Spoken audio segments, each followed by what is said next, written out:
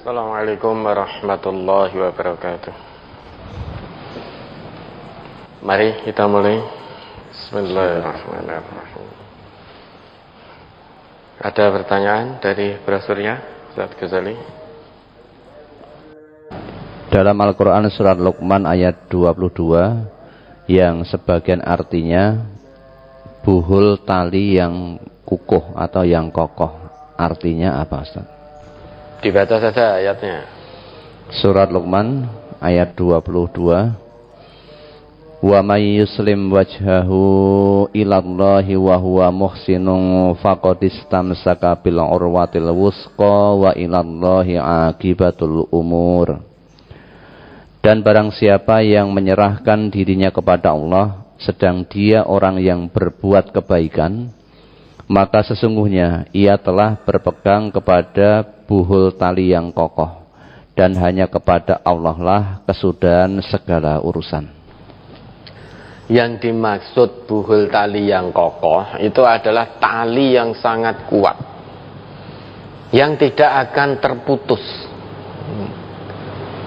Jadi dengan kita menyerahkan diri kepada Allah, totalitas jiwa dan raga, itu hakikatnya kita sudah berpegang pada tali yang sangat-sangat kuat, tidak akan terputus.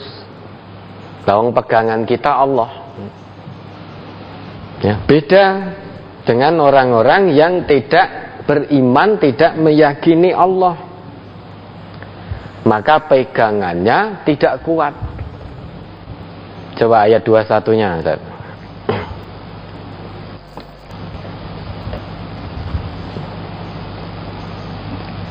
Ayat 21-nya.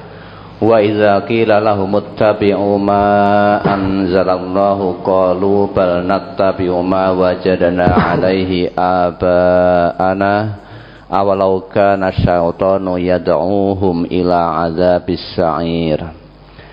Dan apabila dikatakan kepada mereka, ikutilah apa yang diturunkan Allah, mereka menjawab, tidak, tapi kami hanya mengikuti apa yang kami dapati bapak-bapak kami mengerjakannya. Dan apakah mereka akan mengikuti bapak-bapak mereka walaupun setan itu menyeru mereka ke dalam siksa api yang menyala-nyala, yakni neraka. Nah, jadi ayat 22 tadi nyambung dengan ayat ini. Jadi uraiannya lebih lengkap. Kalau di ayat 21-nya ini dijelaskan pegangan orang-orang yang tidak beriman kepada Allah itu adalah apa yang dulu dilakukan, dikerjakan oleh nenek-nenek moyangnya, bapak-bapaknya. Sekalipun apa yang dulu dipegang dan dilakukan oleh bapak-bapaknya itu tidak sesuai dengan kebenaran yang datangnya dari Allah. Tidak sesuai dengan kebenaran dinullah. Tetapi karena tradisi itu sudah mengakar kuat, mendarah daging, maka saat diseru untuk kembali kepada ajaran Allah, tidak mau. Dengan bangganya, dengan angkuhnya mengatakan bal nattabi'u ma wajadna alaihi aba'ana. Kalau kita bahasakan, saya tidak akan mau mengikuti ajaran Islam ini, ajaran agama Allah ini, karena kami sudah punya pegangan. Pegangannya apa? Yaitu tradisi, kebiasaan yang dulu juga dilakukan oleh bapak-bapak kami. Itu pegangan kami. Lah kok tiba-tiba sekarang kami diminta untuk mengikuti kebenaran yang datangnya dari Allah. Kok kami diminta untuk mengikuti ajaran yang dibawa oleh Muhammad? Maka tidak mau. Diajak, diseru untuk kembali kepada ajaran dinullah berdasarkan Quran, berdasarkan apa yang dituntunkan oleh Rasulullah, ya, mereka tidak mau karena sudah punya pegangan. Lah pegangan mereka itu tidak kuat, pasti terputus. Karena pegangannya bukan sesuatu yang hak, pasti akan terputus, akan terjatuh, akan tercerai-berai. Mengapa? Karena sesuatu yang mereka gundeli, mereka pegang itu landasannya karena mengikuti bujuk rayu setan. Nah, kemudian di ayat 22-nya dijelaskan oleh Allah pegangan yang tidak akan pernah lepas, tidak akan pernah terputus. Ibaratnya itu tali yang sangat kuat. Mbok piye ora arep pedhot. Siapa itu orang yang punya pegangan seperti itu? Yaitu orang yang menyerahkan wajahnya, maksudnya totalitas dirinya hanya kepada Allah, bukan kepada yang lain-lain. Wa may yuslim wajhahu ilallah wa huwa muhsin. Penyerahan dirinya yang totalitas kepada Allah itu dibuktikan, dia berusaha menjadi orang yang muhsin. Orang muhsin itu orang yang berusaha berbuat baik. Itu orang muhsin. Jadi muhsin itu, makna awalnya muhsin itu adalah orang yang melihat dirinya pada posisi kebutuhan orang lain. Itu orang muhsin. Jadi kita melihat diri kita pada posisi kebutuhan orang lain, sehingga tidak melihat pada posisi kebutuhan kita, tetapi melihat diri kita pada posisi kebutuhan orang lain. Sehingga orang lain itu juga butuh makan, butuh minum, butuh ini, butuh dan lain sebagainya. Itu orang yang muhsin. Maka kalau kita ingin berbuat muhsin, tentu tidak tinggal diam. Hati kita pasti dengan cepat akan tersentuh kalau melihat orang lain berada dalam kesusahan, berada dalam kesulitan. Orang yang muhsin hatinya akan cepat tergerak untuk segera mengulurkan bantuan, karena dia melihat dirinya yang sedang menderita, dirinya yang sedang kesulitan. Makna muhsin itu salah satunya seperti itu, yaitu melihat dirinya pada posisi kebutuhan orang lain. Sehingga kalau melihat orang lain kesulitan, menderita, seolah-olah dia melihat dirinya yang sedang mengalami kesulitan, yang sedang menderita. Maka segera hatinya terdorong, tergerak untuk mengulurkan tangan agar saudaranya yang menderita, yang kesulitan tadi segera terlepas dari kesulitan tersebut. Karena hakikatnya dia melihat dirinya sendiri yang sedang mengalami kesulitan. Itu dulu yang dilakukan oleh Nabi tatkala mempersaudarakan kaum Muhajirin dan Ansor. Wa yu'siruna ala anfusihim walau kanu bihim khasasah. Persaudaraan kaum Muhajirin dan kaum Ansor itu masing-masing saling mendahulukan kepentingan saudaranya di atas kepentingannya sendiri. Maksudnya bagaimana? Kalau kepentingan orang lain saja diperhatikan, apalagi kepentingan diri dan keluarganya tentu sudah lebih diperhatikan. Kepentingan orang lain saja diperhatikan, apalagi kepentingan diri dan keluarganya. Bukan berarti orang yang mendahulukan kepentingan saudaranya terus menelantarkan keluarganya, bukan. Makna yang terkandung kalau kepentingan orang lain saja diperhatikan, apalagi kepentingan diri dan keluarganya. Ini muhsin. Jadi melihat dirinya pada diri orang lain, pada posisi kebutuhan orang lain. Itu seorang yang muhsin. Nah, kalau kita ngaku beriman, namun melihat saudara kita kesulitan, kesusahan, padahal Allah titipkan kemampuan pada kita untuk mengulurkan bantuan, kok hati tidak tergerak karena mungkin bakhil dan lain sebagainya, ya percuma. Pengakuan iman kita tidak bermanfaat, karena kita tidak sedang menyerahkan diri secara totalitas kepada Allah, sehingga tali pegangan kita tidak kuat. Tali pegangan kita tidak kuat. Nah, selain itu, buhul tali atau tali yang sangat kuat itu, yang tidak mungkin terputus. Ini digambarkan, ini gambaran saja ya. Ini gambaran bahwa suatu saat seorang mukmin yang menyerahkan diri sepenuhnya kepada Allah, satu saat dia juga akan terjatuh. Misalkan terjatuh dalam hal ini, dia akan dihadapkan pada satu cobaan yang tidak menyenangkan, satu kesulitan besar. Misalkan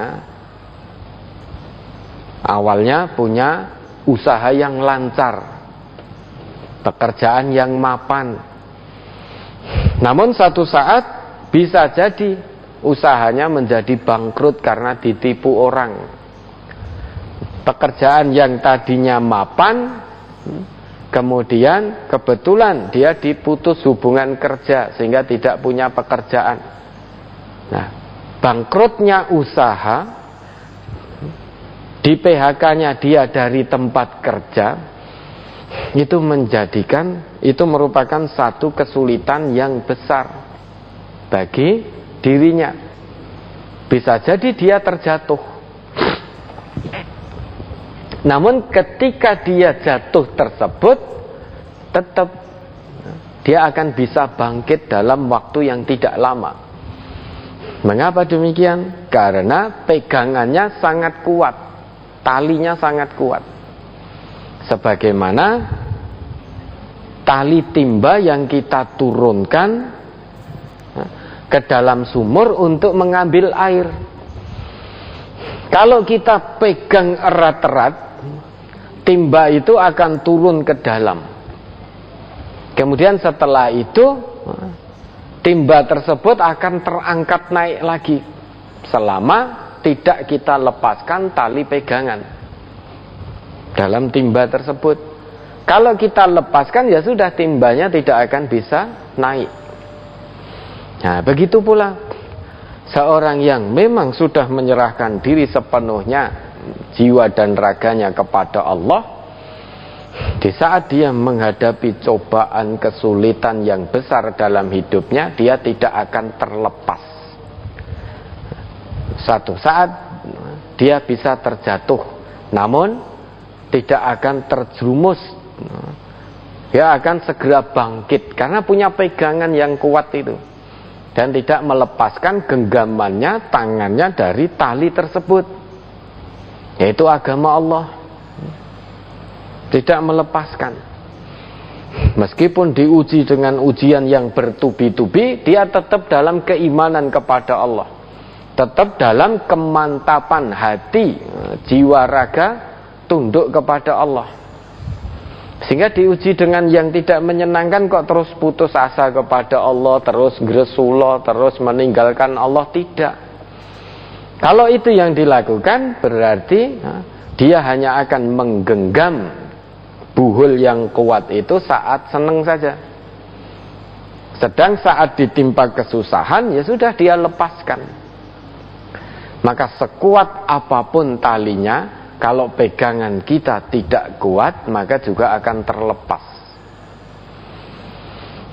Selain itu, sekuat apapun pegangan kita, kalau talinya tidak kuat, ya akan terputus talinya. Sebagaimana pegangan orang-orang yang tidak beriman tadi. Pegangannya itu tradisi, kebiasaan bapak-bapaknya, nenek moyangnya. Itu tidak kuat, tidak bisa dijadikan pegangan. Nah, pasti pegangan itu akan terlepas sekalipun tangan mereka menggenggam pegangan itu dengan erat. Nah, pegangan itu akan terputus talinya. Nah, kalau kita pegangan kita adalah hablullah, tali Allah, dalam arti agama Allah, Agama Allah itu tali yang sangat kuat, yang tidak akan pernah putus, lan fiso malaha, tidak akan pernah terputus sampai kapanpun toh. Dengan catatan kita harus memegang tali itu erat-erat. Meskipun talinya sangat kuat, agama Allah, kebenaran dari Allah ini sangat kuat, namun kalau kita megangnya hanya setengah-setengah, tidak serius, hanya bersendagura, kadang megang, kadang lepas, kadang megang, kadang lepas, ya pegangan kita akan lepas, kita jatuh, terjerumus, tidak akan bisa bangkit. Namun kalau pegangan kita erat, apapun keadaan dan kondisinya, saat diuji dengan ujian yang luar biasa beratnya menurut pandangan kita, kita tidak akan pernah lepaskan pegangan itu, lah nanti akan bangkit. Tetap hati kita tetap bertaut kepada Allah. Nah, ini maksud dari buhul tali, yaitu tali Allah, agama Allah yang sangat kuat, yang tidak akan bisa terputus. Untuk lebih jelasnya bisa, maka diingat itu Al-Baqarah 256.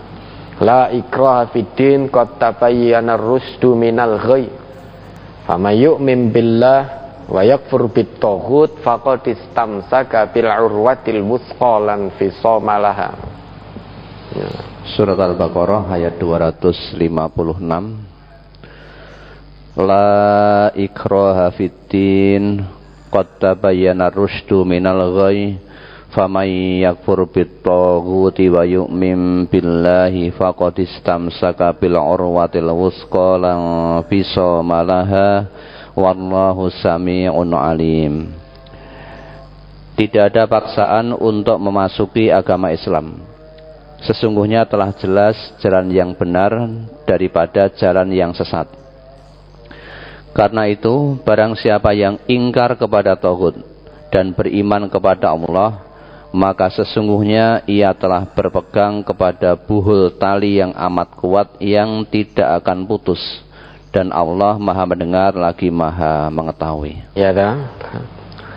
Allah itu sudah tunjukkan jalan, dua jalan yang sudah sangat jelas, maka tidak perlu diragukan lagi. Allah sudah tunjukkan jalan kebenaran, jalan kesesatan, itu sudah sangat jelas. Jalan menuju keridhaan Allah, jalan yang dimurkai oleh Allah, jalan menuju surga, jalan menuju neraka, itu sudah sangat jelas.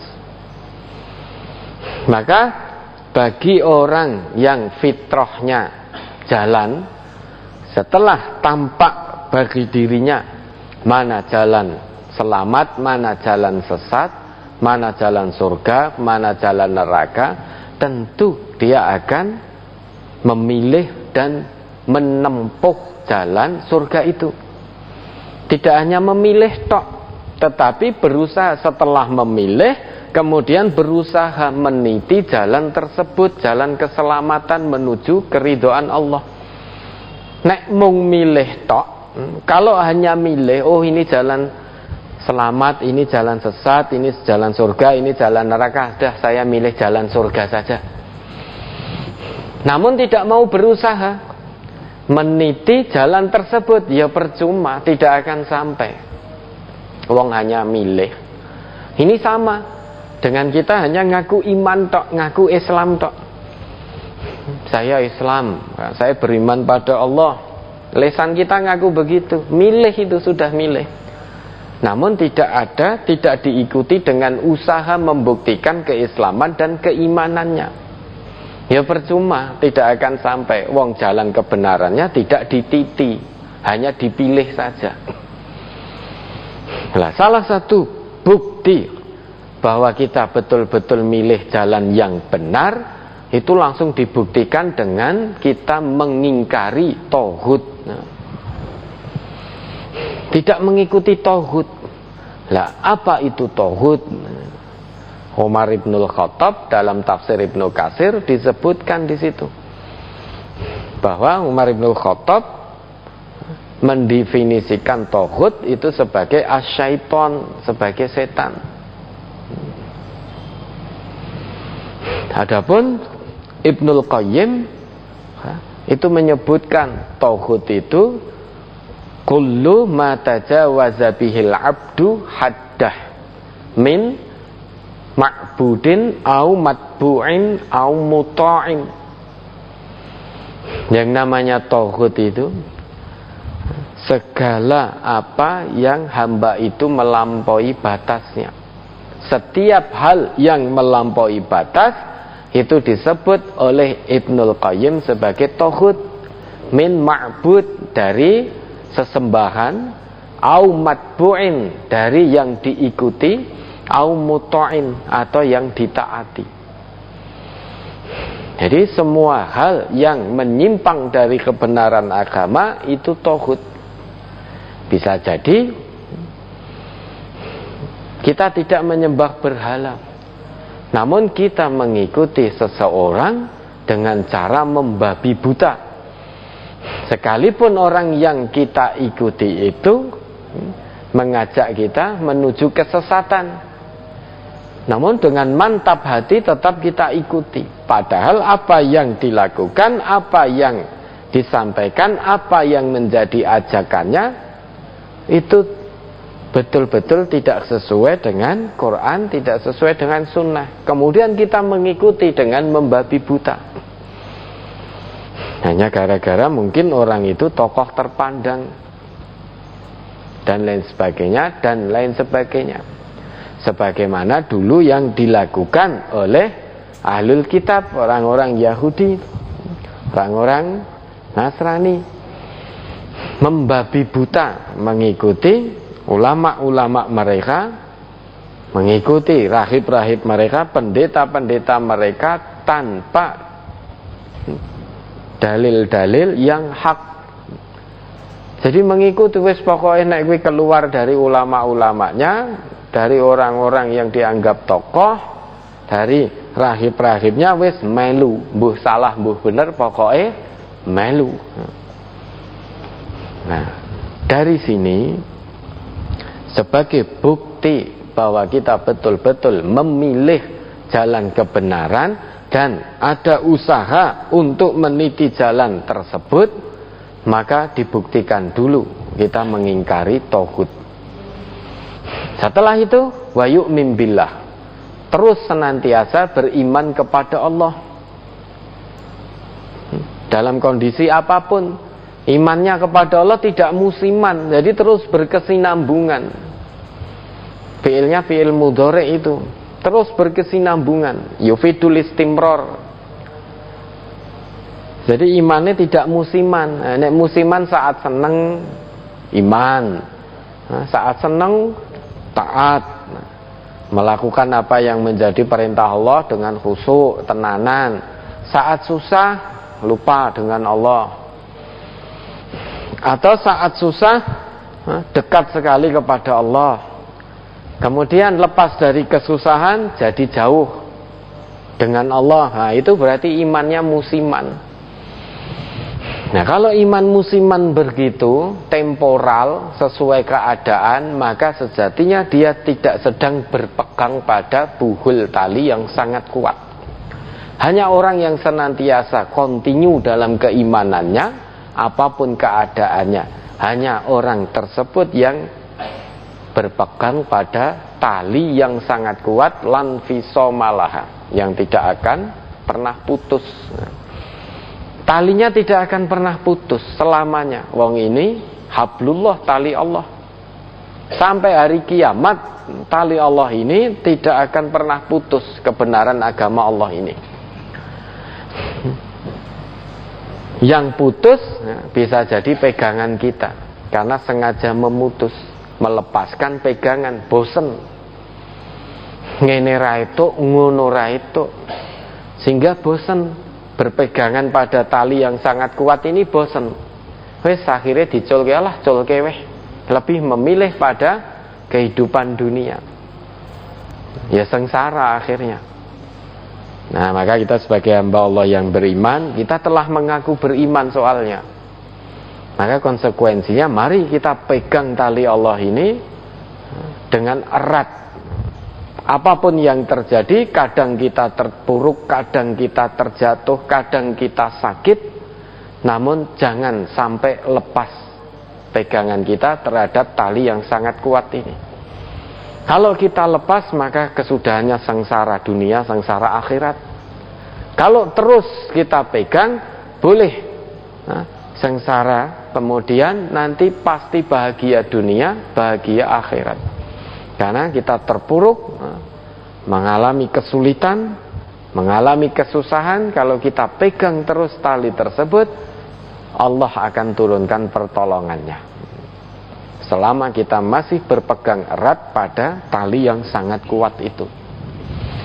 Ya, mudah-mudahan bisa dipahami. Ada lagi?